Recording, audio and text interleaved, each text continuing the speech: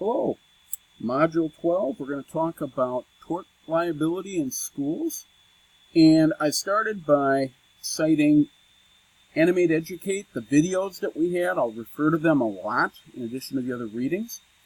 The definition of tort from the video was suing someone for doing something that causes damage, causes harm that results from doing or not doing something, and whether intended or unintended, results in emotional damage, harm, or injury as a consequence. So damages, when we're talking about these kind of negligence, would be basic, and that would be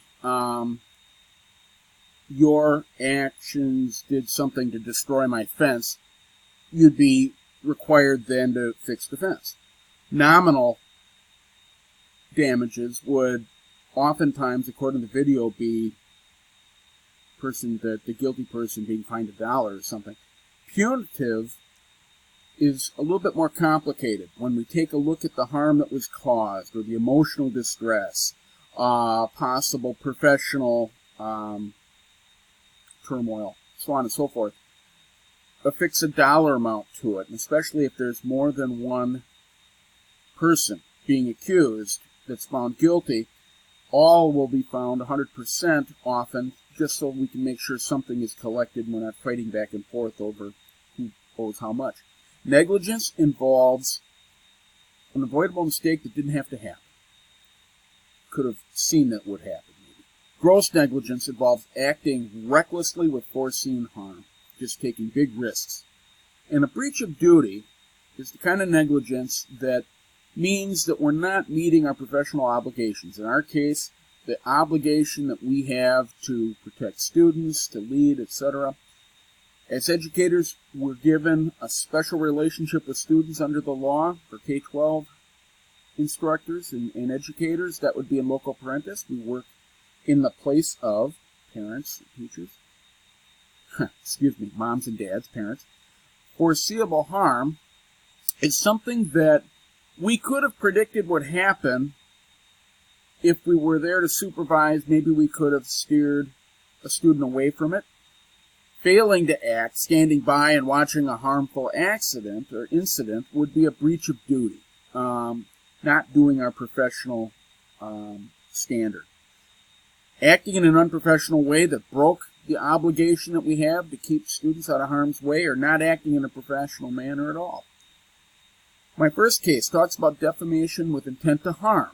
In this particular case, a middle school Phi-Ed teacher is accused by two girls in his class, 11-year-olds, and their parents, of all sorts of unacceptable behavior, inappropriate touching, leering into the locker room areas, and so forth. They label him a perv and a creeper on, I believe, social media. And once it went to court, John Fischler, the teacher who brought about the complaint, was able to disprove the allegations. That might be a little bit rare. And was able to prove, in disproving their accuracy, that they were founded on malice. California has a defamation per se law that means when you say something harmful that damages another person, the harm is, as intended, is implicit. You don't have to go and further prove that. At Gateway Technical College, we're dealing with adults and not children, so we have a code of conduct and we have policies that expect that the student will file complaints and tickets, and expect that the instructor will record all incidents as well. So in a situation like this, the dean and the immediate supervisors will immediately begin an investigation with HR. My eyes go to our sexual harassment and violence against women, Title IX acts that we have, for which violations are seen on a zero-tolerance basis here. But they will investigate whatever the complaint will be, and if the complaint is merited, if there's witnesses or it's been recorded, that instigator will be removed from the classroom situation.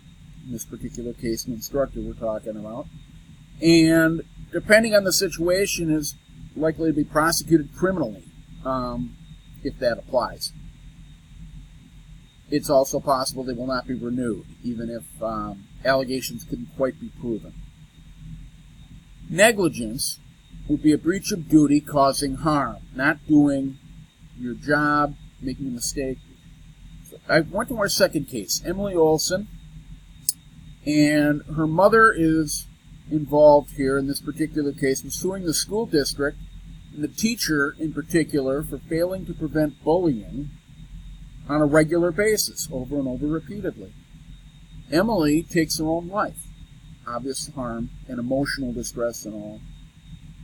It wasn't intended as a breach of duty. It's more that the teacher never intervened over and over again. I have a similar thought that I had before. At Gateway Technical College, the dean would investigate the complaint, turn it over to Human Resources immediately. Again, I have the same eye towards the kind of harassment, the zero tolerance with sexual harassment, depending on the situation. A review of the ticketed complaints would determine what was known or suspected. We have a duty as instructors to report and to make that ticket immediate. Failure to do so would probably have us removed, and again, not removed. Bullying. Verbal assault, liability, to demean, to force the victim to do things, to humiliate. And this particular case that I have involves teachers actively bullying. So this would be intentional defamation, much like our first case, except it's a dean of students and a special ed teacher who chronically bullied an 11-year-old whose parents sought help, wrote complaints, and ultimately, if you look at the date here, this is just last month, but this was filed, so it's pending. The young man attempted suicide. Last report that I read, he's not in very good condition right now. I don't know that I'd say he's critical condition, but there's some very serious neurological damage. I believe he will survive. I'm not assuring that.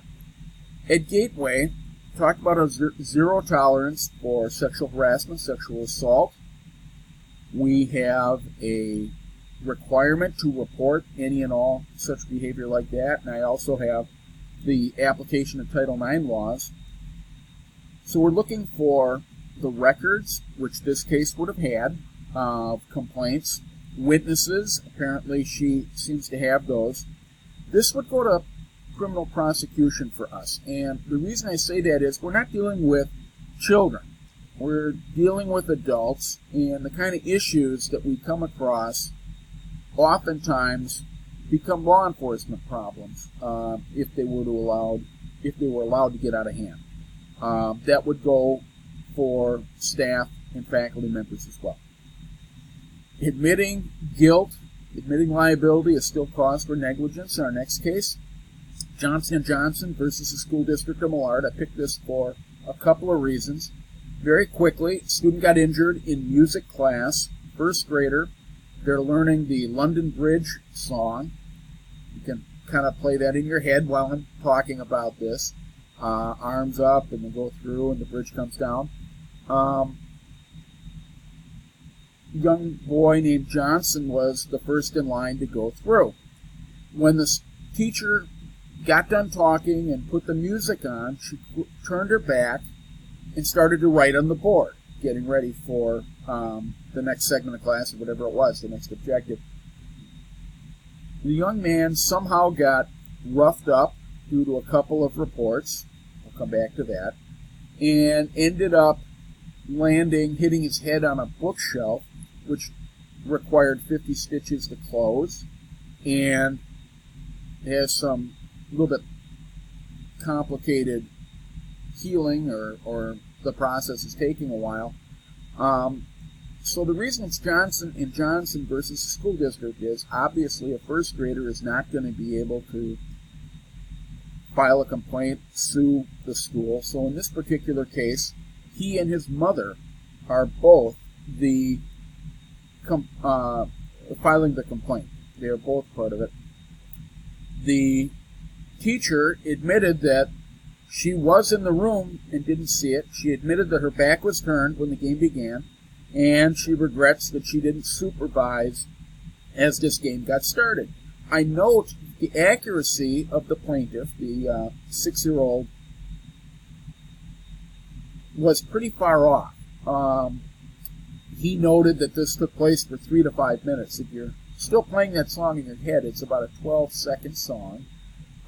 He also reported that he was in the air for a full 10 seconds before he hit his head. Obviously, that's not likely, not even possible, and it's not important to the case. They found in favor of the complaints. At Gateway, it really depends upon the harm and the context of it. I can think of programs like our welding program or our CNC program, where in the course of a class period or in the lab or working with the equipment, an injury could occur. I don't know of any that have, but it's really not. That wouldn't be unheard of, and it wouldn't be all that surprising. Adults require a little bit less guidance than a group of first graders, nonetheless. We'd be required to fill out an incident report, a CARES report on that. I would expect a student as well. I would think the dean and provost would meet with them, possibly apart, maybe together, examine both sides of the circumstance if there's an issue. The student complaint process is very well documented in our policy manual, in our handbook, code of conduct, and in that, the student is allowed a faculty advisor, I happen to be one, to help them organize and follow the steps accordingly. The last case, parents can sue the district, small children. Sometimes schools and districts are guilty of some of the negligence, but not all. Here's an example of that. Stevens versus Des Moines School District. A fight broke out in the hallway, passing, between two students. Apparently the students did not know each other. It was a case of mistaken identity, from what I understand. So one student tracked down the victim. The victim, as I read the case, replied with a racial slur of some sort, not being the intended target initially, and the victim was beaten pretty severely. So the parents and the student sued the district because they didn't warn him that this person was out there, and they shouldn't have had a student that was a threat like this out in the hallway, and so on and so forth. Plaintiff also said the district and school did not do enough to protect the 15-year-old from an assault. The finding was the district was guilty of not providing for student safety. Very simply, this shouldn't be happening in the hallway, and there should have been more supervision. But the district was not liable for the unforeseen nature of the event. Couldn't have predicted the fight. Couldn't have stopped what they couldn't see coming. At Gateway, campus security, which involves the campus security members have to have a background either in police training, corrections, or military training that's appropriate. They would work with law enforcement. Law enforcement are often on campus, just as a matter of practice. It would be treated as a law enforcement issue, no question about it. Charges pressed, and police reports, the whole thing. That's pretty well how our policy, again, with adults is going to work. Thank you for listening.